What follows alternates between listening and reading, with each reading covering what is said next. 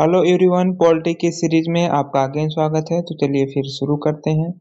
दोस्तों, अब बात करेंगे भारत के महान्यायवादी की। ठीक है। संविधान के अनुच्छेद 76 में भारत के महान्यायवादी की पद की व्यवस्था है। वह देश का सर्वोच्च कानूनी अधिकारी होता है। इनकी नियुक्ति और कार्यकाल की बात करें तो महान्यायवादी अटॉर्नी जनरल की नियुक्ति राष्ट्रपति द्वारा होती है। इनकी योग्यता की बात करें तो योग्यता होनी आवश्यक है जो उच्चतम न्यायालय की न्यायाधीश की होती है। ठीक है। वही योग्यता इनकी भी होनी चाहिए।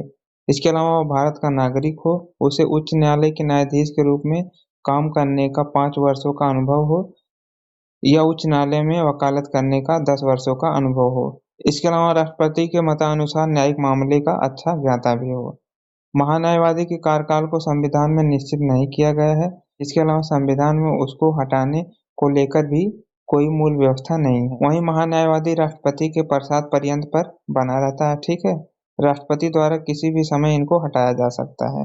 इसके अलावा ये राष्ट्रपति को त्यागपत्र भी दे सकते हैं और जब सरकार या मंत्रिपरिषद त्यागपत्र देती है तो इन्हें भी त्यागपत्र देना पड़ता है। ठीक है। और इनकी नियुक्ति सरकार की सिफारिश पर ही होती है। कार्य और शक्तियों की बात करें तो भारत सरकार को विधि संबंधी ऐसे मामले पर सलाह दे जो राष्ट्रपति इनको सौंपे। ठीक है। कर्तव्यों का पालन करे जो राष्ट्रपति इनको सौंपे। ठीक है।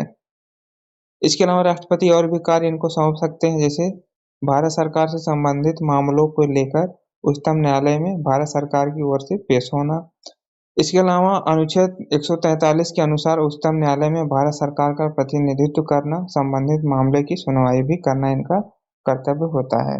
इसके अलावा अधिकार और मर्यादाएं की बात करें तो भारत के किसी भी क्षेत्र में किसी भी अदालत में महान्यायवादी को सुनवाई का अधिकार होता है।